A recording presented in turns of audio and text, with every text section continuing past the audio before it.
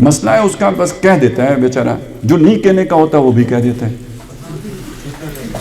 نکل جاتی ہو سچی بات جس کے منہ سے مستی میں تو آتا ہے نا، نکل جاتی ہو سچی بات جس کے منہ سے مستی میں، فقیہ مسلط بھی سے وہ رندے بادہ خار اچھا. فضل الرحمان صاحب ہوتے تو یہ بات کبھی باہر نہ آتی، یہ عمران کے منہ سے ہی نکلے گی، نکل آئی کہ 3 حصے بنانا چاہتے ہیں. اس کا مطلب، اور ایک صفحے پہ تھے نا سب، اس ایک صفحے سے اسے اتارا ہے تو اس نے کہا 3 حصے کرنا چاہتے ہیں، یعنی اس صفحے کا منصوبہ کیا ہے، سمجھ آئی؟ اب اس کو لات مار کے اتار دیا، کیوں؟ اس کو تڑپ کے آئے، اس صفحے وہ 3 حصے کرنے کا کوئی انعام ملنا تھا نا. آپ پاکستان جیسے ملک کو 3 حصے کرو گے تو کوئی انعام ملے گا یا نہیں ملے گا؟ انعام ملنا تھا. وہ آخری ٹائم پہ جب 2-4 ہاتھ لبے بام رہ گیا تو کک آؤٹ. تو بندہ تڑپے گا، بندہ اچھلے گا، بندہ کودے گا، بندہ فرسٹریشن کا شکار ہوگا. اب ایک پوری ٹیم نہیں چڑھ گئی ہے کہ بھئی وہ حصے دار ہو کے آ گئی. ابھی تک تو یہی لگتا ہے رخ وہی اسی ایک صفحے والا ہے جو تھا. یہ تو ہے دنیا کی سطح پہ بات. اب میں آپ کو سنانا چاہتا ہوں اگلی بات. اس قوم کے اندر سے یہ خیال نہیں نکل، بہت کوشش ہوئی ہے یار، کتنی کھیلیں کودیں، یہ وہ عیاشیاں خرمستیاں، پھر یہ کہ اب بھوک مہنگائی، کوئی حربہ نہیں ہے جو نہ اختیار کیا گیا ہو. لیکن یہ کہ قوم کے اندر، اس کی جڑوں کے اندر سے یہ بات نکلی نہیں ہے. اب بھی پوری دنیا میں سب سے زیادہ اس اعتبار سے زرخیز ملک پاکستانی کو سمجھا جاتا ہے.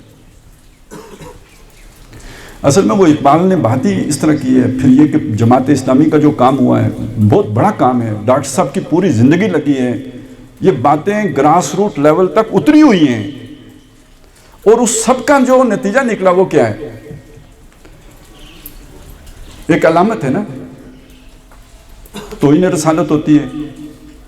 کوئی ممتاز قادری اٹھ کے کسی سلمان تاثیر کو پھڑکا دیتے ہیں. غیر قانونی کام ہے، میں بھی کہتا ہوں غیر قانونی ہے.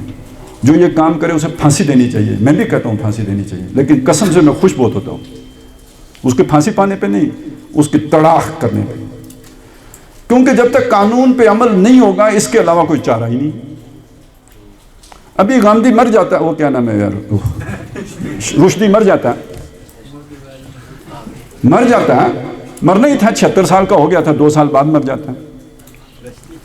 لیکن یہ جو ہوا ہے نا، یہ ایک پوری دنیا کے لیے پیغام ہے. یہ مری ہوئی امت بھی دشمن رسول کو نہیں چھوڑتی. اور یہ پتہ ہے اس کا مطلب کیا ہے؟ جب تک یہ ہے ہماری امید قائم ہے کہ اللہ تعالیٰ کا ہاتھ اس امت کی پشت پر ہے. ٹھیک ہے، شیطان بہت مضبوط ہیں، بہت طاقتور ہیں، لیکن اس امت کی پشت پر اللہ کا ہاتھ ہے. تب اتنا بڑا کام کوئی اٹھ کے کرتا ہے نا. کسی ایک آدمی کے لیے یہ کام کرنا کوئی آسان کام ہے؟ یہ پوری دنیا سے ٹکر لینا ہے، وہ کر گزرتا ہے. بے خطر کود پڑا آتش نمرود میں عشق، عقل ہے میوے تماشائے لب بام میں بھی یہ کام ہو جاتا ہے. اور اس کام کا پوری دنیا مانتی ہے. یار یہ جو ہے نا سب سے زیادہ، یہ جہاں بھی کوئی کاروائی ہوتی ہے کھرا جا کے پاکستان سے نکلتا ہے.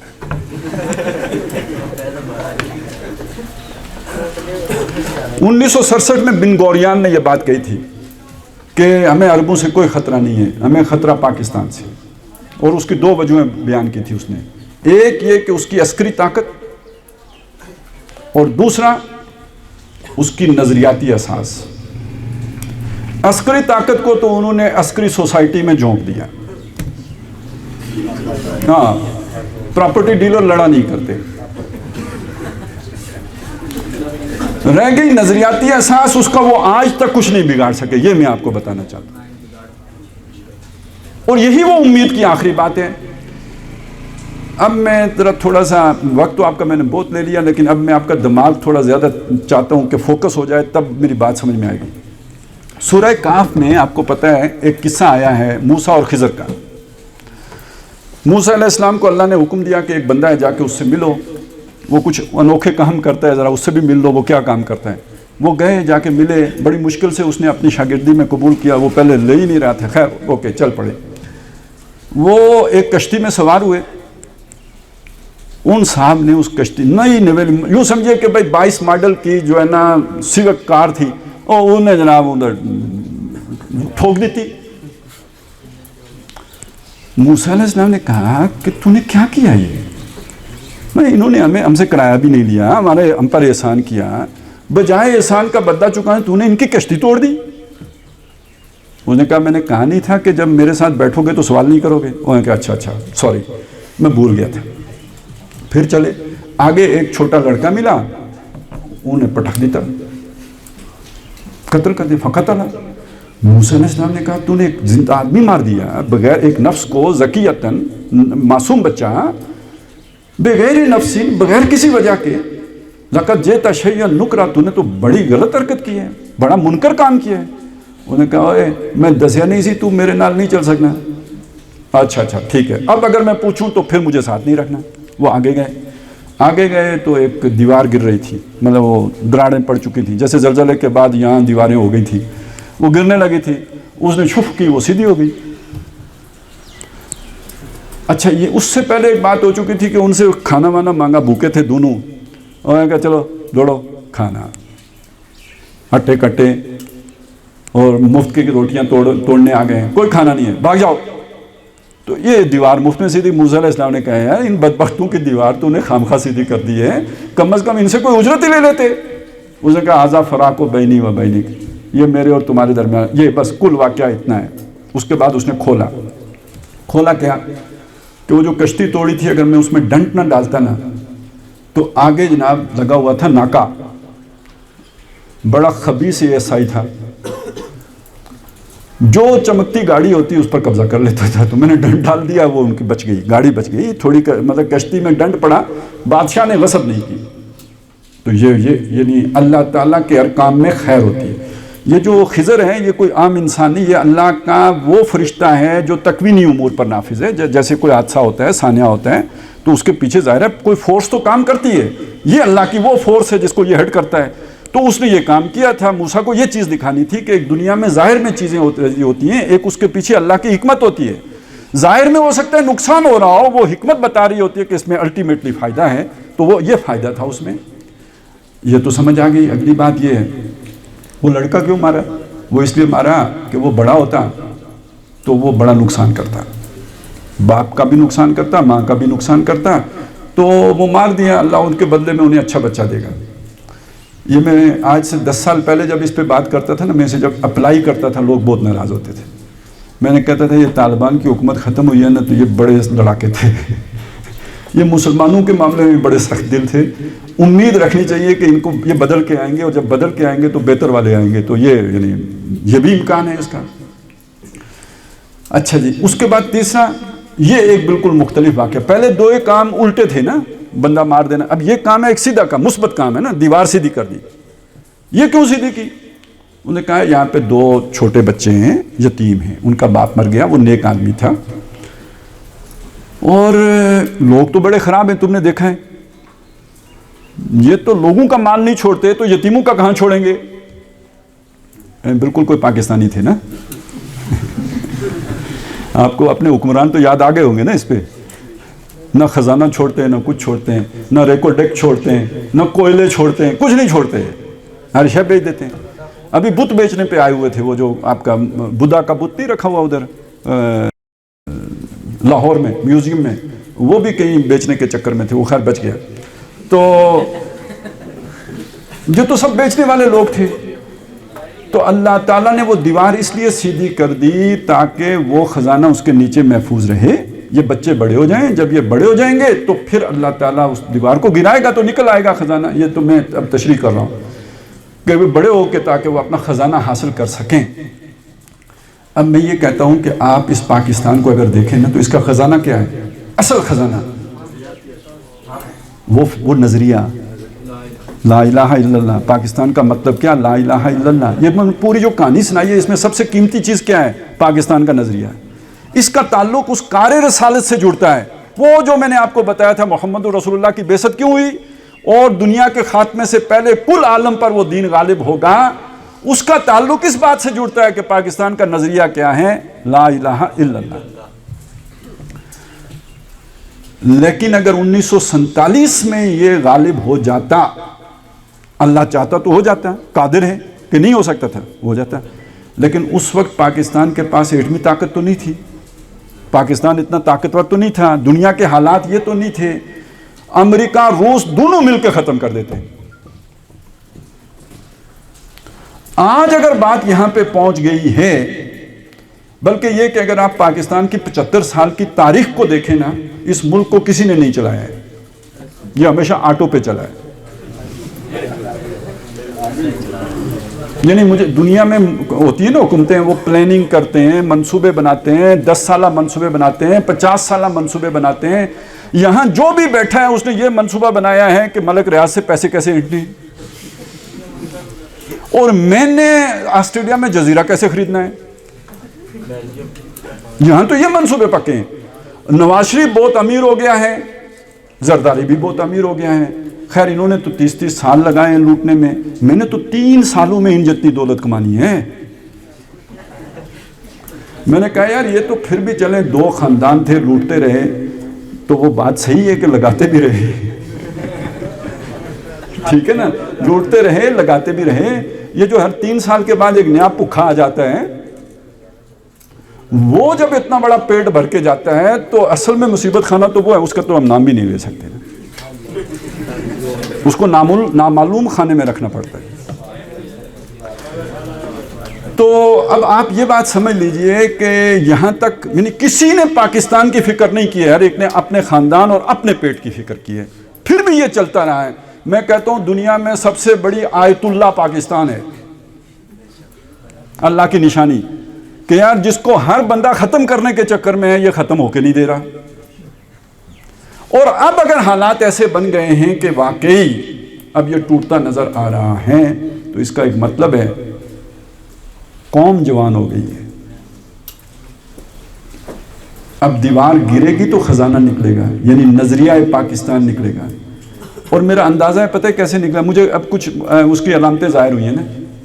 یہ جو ہمارے اوپر ایک قبضہ گروپ بٹھایا گیا تھا نا، قبضہ گروپ میں اب کہہ رہا ہوں، وہ سارے سیاستدان بھی جمع کر لیجئے، جاگیردار بھی کر لیجئے، یا بیوروکریٹ وغیرہ بھی کر لیجئے، خاص لیئر باقی اداروں کی بھی کر لیجئے. یہ ایک قبضہ گروپ تھا جو بٹھایا تھا انٹرنیشنل قبضہ گروپ نے، شیطانوں نے. وہ اس کے یعنی اس چھتری تلے ہمیں رکھا ہوا تھا. جب کسی علاقے کے حالات خراب ہوتے ہیں نا، ان کے بڑے بڑے مفادات ہوتے ہیں، یہ وہاں سے بھاگتے ہیں، یہ دوڑنے لگا، یہ ادھر نہیں ٹھہرتے.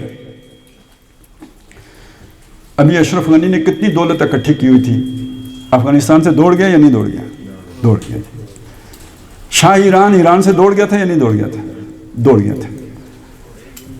یہ ہم ریٹائرڈ ہو کے جا کے آسٹریلیا میں کیوں بیٹھتے ہیں، امریکہ میں کیوں بیٹھتے ہیں، دبئی میں کیوں بیٹھتے ہیں؟ ہاں، پاکستان کے بارے میں آپ کو بتاؤں، یہ ابھی پچھلے دنوں ایک صحافی دوڑا ہے نا، ارشد شریف ہے، دوڑ گیا نا. وہ تو پہلے سے دوڑا ہوا ہے. نہیں ارشد شریف، وہ بھی شریف ہے، بس شریف ہونا ہے اس کا. تو ARY والا وہ دوڑ گیا. آج سے 3 سال پہلے ہمارے ایک دوست، وہ اس کے کسی دور پار سے رشتہ دار لگتے تھے، وہ کسی بھاری بوٹ تلے آ گئے تھے ان کا پلاٹ. تو انہوں نے چاہا کہ کسی کی مدد لیں، ادھر بھی ہاتھ پاؤں مارے، ادھر بھی ہاتھ پاؤں مارے. تو پتہ چلا جی ارشد شریف بھی میرا رشتہ دار ہے، اس سے پہلے نہیں پتا تھا. تو وہ اس کے پاس بھی پہنچ گئے کہ یار وہ کوئی میڈیا کی مدد لیں. یہ وہ صاحب تھے جو اس اسلامی جذبے کے تحت اسلام کی سربلندی کے امریکہ چھوڑ کے آئے ہوئے تھے. یہ بہت بڑے یعنی بینکار تھے اور بہت بڑی بڑی ملٹی نیشنل کمپنیوں میں انہوں نے کام کیا ہوتا ہے. بہت بڑے یعنی ان کا ایک وہ تھا وہ بیک گراؤنڈ. وہ پاکستان صرف اس غرض سے آئے ہوئے تھے، اپنے فیلڈ چھوڑ دیا تھا. اس نے پہلی بات یہ کہی کہ تم پاکستان آئے کیوں ہو، آپ نے بلنڈر کیا ہے پاکستان آ کے. ایک بات. دوسری، یہ ملک نہیں رہے گا، یہ ختم ہو جائے گا، یہاں تباہی آ رہی ہے، بھاگو یہاں سے. 3 سال پہلے کی بات سنا رہا ہوں. اور اسے تب بھی وہ اس پیج پہ وہ بھی تھا نا، وہ جس پیج کا میں نے آپ کو ذکر کیا، تو اسے پتا تھا نا، اندر کا بندہ تھا، وہ جانتا تھا یہ پیج کدھر جا رہا ہے. وہ اپنے اس دوست کو بھی کہہ رہا ہے، رشتہ دار بھاگو یہاں سے، یہاں کوئی فائدہ نہیں ہے رہنے کا. ابھی رمضان میں میرا دورہ ترجمہ قرآن تھا، وہاں پہ ایک ڈاکٹر صاحب آتے تھے، سینئر ڈاکٹر ہیں کسی ہاسپٹل میں. ان کے جو سینئر ہیں وہ ریٹائرڈ صاحب ہیں، بڑی لیئر میں رہے ہیں، اندر تک ان کا معاملہ رہا ہے. تو وہ بڑے محب وطن تھے، بہت محب وطن تھے. تو تقریباً 2 مہینے پہلے یہ صاحب ڈاکٹر صاحب مجھے ملے کہ ڈاکٹر صاحب یہ کہتے ہیں کہ پاکستان کے حالات تو بہت خراب ہیں. بھاگو یہاں سے. کیا کرو؟ بھاگو. تو اب میں آپ کو یہ بتانا چاہ رہا ہوں کہ یہ قبضہ گروپ ہے نا، جب حالات خراب ہوں گے تو یہ بھاگیں گے. جب یہ بھاگیں گے تو کیا ہوگا؟ جیسے افغانستان سے یہ پورا لیئر ہٹ گیا تو نیچے سے طالبان نکل آئے. سمجھ آئی میری بات کی؟ اسی طرح جب یہاں سے اوپر سے یہ لیئر ہٹے گا تو نیچے سے کیا نکلے گا؟ طالبان نہیں، نظریہ پاکستان. اور اگلی بات سن لیں، اگلی بات یہ ہے کہ یہ پاکستان اور افغانستان ایک اکائی ہیں، جغرافیائی اکائی بھی ہیں، نظریاتی اکائی بھی ہیں. افغانستان اکیلا رہ ہی نہیں سکتا، اسے پاکستان کی ضرورت ہے. وہ لاکڈ لینڈ ایریا ہے، وہ سمندر اس کا ہے ہی نہیں. پاکستان کے بغیر اس کی موت ہے. اور نظریاتی طور پر وہ ادھر جڑا ہوا ہے. بلکہ یہ وادی ہی ہے کہ یہ ساری وادی سندھ ہے. یہ جو دریائے سندھ ہے نا، یہ درمیان سے جو بہتا ہے، دریائے کابل آ کے اسی میں گرتا ہے نا، کابل سے آتا ہے. یہ کشمیر بھی جا کے ادھر ہی جڑتا ہے. اور یہ دو پول ہیں، ایک کشمیر ہے، دوسرا کابل ہے. اور یہاں اللہ تعالیٰ نے 20 سال ہو گئے ہیں، بلکہ 30 ہو گئے ہیں کہ سکون نہیں ہے، امن نہیں ہے، چین نہیں ہے. زندگی ہتھیلی پہ رکھ کے جیا جاتا ہے. یہ تو گویا ہر وقت آتش نمرود میں جی رہے ہیں. یہاں سے اللہ تعالیٰ وہ جان نثار، کمیٹڈ، ڈیووٹڈ لوگ تیار کرتا رہا. اور پاکستان کو اللہ تعالیٰ نے نعمتوں میں رکھا، خوشحالی میں رکھا. وہاں پر وہ نظریاتی لوگ تیار کرتا رہا. اور یہ جب آخری وقت آئے گا یہ آپس میں جڑ جائیں گے. ملیں گے سینہ چاکانے چمن سے سینہ چاک. اور یہ دونوں مل کے ایک ہوگا بازو شمشیر زن حزب اللہ، اور اس کے پیچھے جو ذہن ہندی ہوگا. یہ جو 400 سال کی تاریخ ہے پاکستان کے پیچھے نظریے کی، مجدد الفسانی سے لے کر شاہ عبدالحق محدث دہلوی، شاہ ولی اللہ، پھر ان کے آگے تحریک شہیدین، یہ میں نے پورا جو آپ کے سامنے نقشہ، اس سب کا حاصل ہے جسے آپ نظریہ پاکستان کہتے ہیں. اور یہ سارا اس زمین کے اندر موجود ہے، اس دیوار کے نیچے ہے.